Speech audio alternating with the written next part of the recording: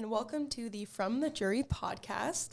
My name is Katie, and I am a senior here at law, and this podcast is basically talking about things relating to law and people and staff and kind of what we're doing and keeping us updated on what's new and what's happening.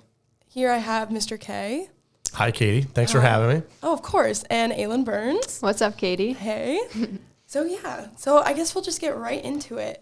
I wanted to start with you, Mr. K. Kind of wanted to know, who is Mr. K? Tell us a little bit about yourself. Oh, boy. I was born I'm the journalism and broadcast journalism teacher here at law. And, I was a journalism major in college, and it's always been I was growing up, I knew I always loved sports and I loved to write, and I thought I was going to be a professional baseball player when I was growing up, and then I realized that I was not as good as like every other kid in Little League, so I thought I could maybe write about sports, and so I pursued a career in that, and went to college for that at UConn, and then worked for the Connecticut Post for a little while after high school, and after a couple of years of doing that kind of freelance work and realizing the crazy hours and stress of doing that on a daily basis, and nights, weekends, holidays, etc. That and I always had in the back of my head that I wanted to teach. I substitute taught when I was home from breaks in college and stuff, and kind of put two and two together. I was like, maybe I can teach journalism instead. So I went back to College of Sacred Heart, got my teaching degree, and a job opened up here at law. I'm from Milford, so it was a perfect fit, really. And they needed a journalism teacher specifically. So it was, again, like a perfect situation. And the rest is history, I guess. Here we are talking about the Advocate on the From the Jury podcast. With Katie Servas. So it's, here we are. Well, that's crazy. It's like you wanted to teach, and it kind of just... everything just kind of fell into place. It was, and when I got here, law had a pretty established journalism program. The teacher who was here before me had been here for 30 years and kind of built the Advocate up. And I knew about the Advocate because when I went to Foreign, we had our own newspaper, which we always tried to make as good as the Advocate because they had a really good program here, and it was a little bit of a smaller program at Foreign. So where I went, don't do that, but we try. 100% agree.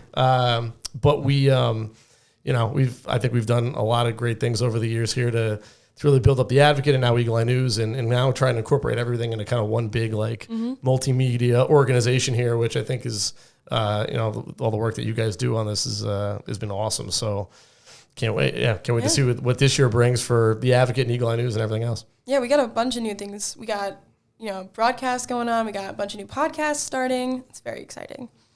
So the Advocate was already here when you started then. So you kind of just picked up. Yeah, so I started in 2004, and we were doing paper copies once a month. Oh, wow. We were doing probably 30 to 40 page papers every month, which took a long time to not only write, but to edit. And then around 2016, I remember talking to the editors at the beginning of the year and deciding that, asking them, how many of you guys actually read read a newspaper for that matter in 2016, forget the Advocate.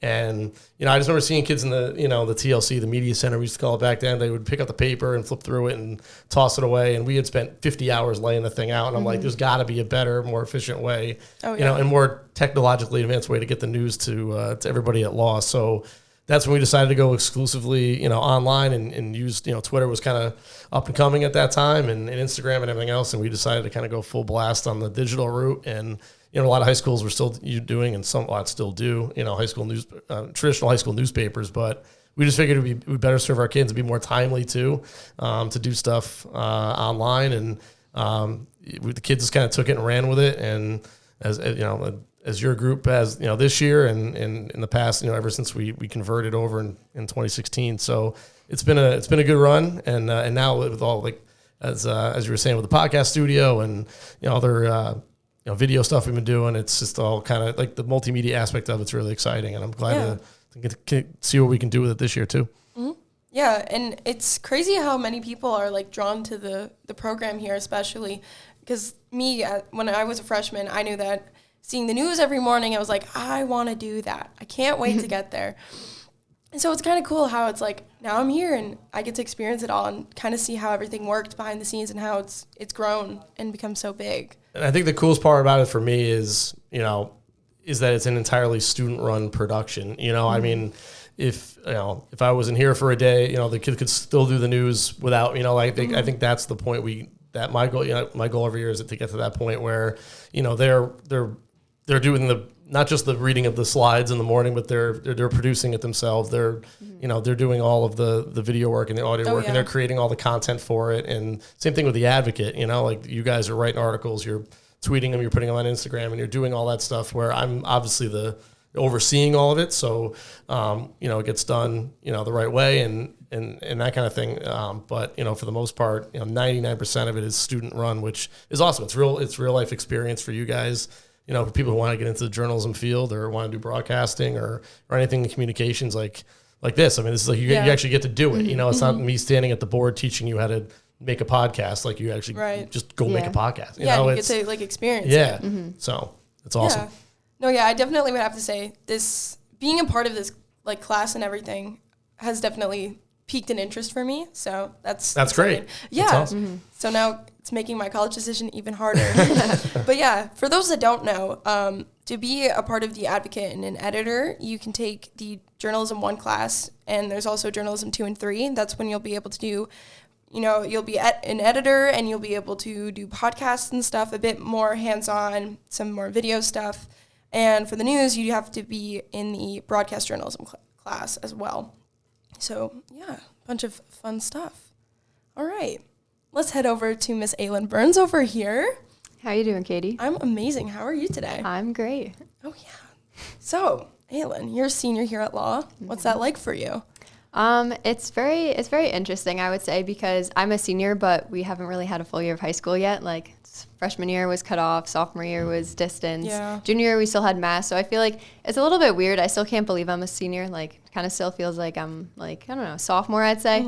But I think it's really fun because there's a lot more opportunities this year, and as of now, hopefully it stays. There's no COVID restrictions, and it's just really fun to have sports seasons and clubs and everything back. Oh, yeah. I know that you started up the Safe Promise Club here at Law, which is a really cool club. I'm a part of it. I highly recommend you guys joining. And I heard that you guys had the Start with Hello week this week. What did that week look like? Tell me a little bit about how it went. Well, yeah. So with Start with Hello Week, it's basically one of the mission weeks from Sandy Hook Promise, and it's all about making school more welcoming and more inclusive for students, teachers, basically everyone in the school community. So we actually didn't have a Monday this week, which was a little nice. We had a 3-day weekend again. So Tuesday, some of our club members came into school the day before and wrote out little messages like, have a great day, you are loved, things like that, just to have a little nice welcome for the week. It was also because we had a meeting that day, so we had to do some last minute planning for the week, but it all worked out. And then Tuesday, we moved on to name tags. So that day is called Say Hey Day.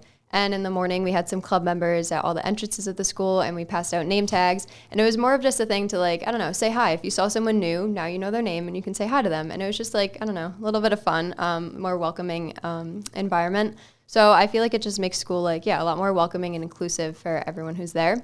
And then the next day, we did a green out. The green out is a little bit in celebration of Start with Hello Week, but it also focuses on mental health awareness and suicide prevention, which I think is both really important topics. So we had a lot of participation in that day, which was really fun. And then today we moved on to positive Post-its. So we had some Post-it notes, sticky notes. We handed them out to teachers. Some of them are on lockers, bathrooms, and it's just a nice little thing you are loved, have a great day, something like that, just to make people's day. Oh, that's amazing. I'm so happy that it went really well. I definitely think that a lot of people have gotten to know other people or have met new people or finally figured out that random teacher they see walking in the hallway. Oh, yeah, who are you now? Yeah. That's really exciting. How are you balancing? Because I know that your schedule is pretty crazy. You got a bunch of APs. You're captain of a sports team. You're president of the Safe Promise Club. How do you balance all that? I feel like it's definitely something that I've had to work on. I've learned how to do it throughout my 4 years of high school. So freshman year, I did a less rigorous course schedule, and I had some sports and some extracurriculars. Then I kind of just built on through that because I'm really passionate about everything I do, and I try not to overload myself too much. It is very hard to manage my schedule. I do get a lot of homework, but I find it very fun because I get to do things I love. I love swimming. I love our swim team. Law Girl Swim is iconic. Oh, yeah. But also, like, with Save Promise Club, Math Honor Society, I feel like it's just all things I'm passionate about, so it doesn't really feel like work. So scheduling is just, I don't know, all about time management. Long-term assignments, got to get those done early. Can't procrastinate. I do procrastinate sometimes, I'm not going to lie. But, Everyone procrastinates a little. Oh, yeah, no. I try not to. But, yeah, I feel like it's just learning and, like, making mistakes and fixing them as I go on. That's how I roll. Yeah, that's great. What's it been like being captain of the swim team? Because I know that's a big thing for you, and I know you are very passionate about being a part of the swim team just in general. Yeah. So with the swim team, I'm very honored to have been named captain. And I feel like one of the biggest things I do is, because I was a member of the team for 3 years before that, so like I noticed some of the things that the captains did, inspired by some things, and also noticed some things I would maybe change. So I feel like I put that all together, and that's kind of how I lead the team. So I make sure to make sure there's opportunities for underclassmen to step up and things like that, and always want to support everyone on the team. I feel like captain, it's like a very important role, but it's also, it doesn't make you better than anyone else. So I feel like it's just you're a team supporter, team player, and I love the Law Girls Swim team. Oh, yeah. It's great. Love the coaches. It's just such a great environment. So I feel like the captain's job is to make sure that the team is getting along, things like that, and just supporting the team in general. Yeah, well, you've been doing an amazing job. Thank also you so on much. Girls Swim team, for those that don't know. And I think that it's just a great opportunity for people to get to know each other. And you've been such a positive light on the team, and thank you. I know that people look up to you a lot. I know I look up to you, and I think you're gonna go off. I also look up to you. Thank you. You're doing amazing things, and you're gonna keep doing amazing things. So I guess to kind of close off this interview, what's next for Miss Aylin Burns? I guess we'll have to wait and see. I guess so. All right. Well, thank you guys so much. Thanks for having us. This Yeah, has been thank awesome. you so much. Thank you guys for joining me here, and I guess I'll see you guys on the next episode. Bye, everyone.